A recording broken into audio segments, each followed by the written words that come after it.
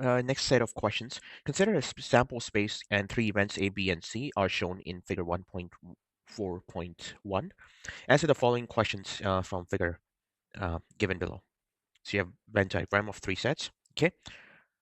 Which of the following region represents A union B? So A is this, union is this. So A union B is going to be 2. Region 1 and region 3. Oh, sorry. It's A intersection B, not union. So correct answer is going to be region 1 and region 3. Region label 1 and 3 are the intersection points for A and B. And we have which of the following represents A intersection B and intersection C. So this is going to be region 1. Only region 1 satisfies this. Then the last one, which of the following represents A union B? Okay, as I said, I was wrong. Wrong because I didn't see here.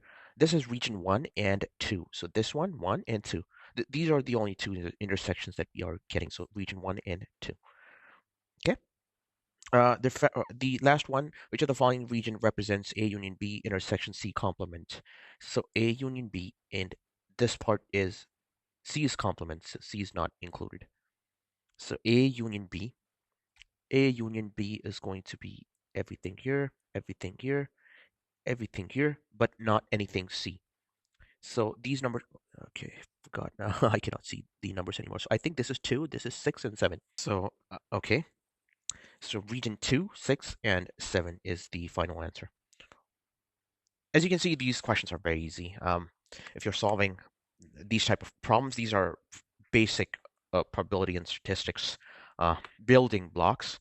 The chapter name is sets, and if you're solving sets and you master sets, you can easily, at least not easily, but get the understanding of how we are progressing with probability and statistics. So thank you.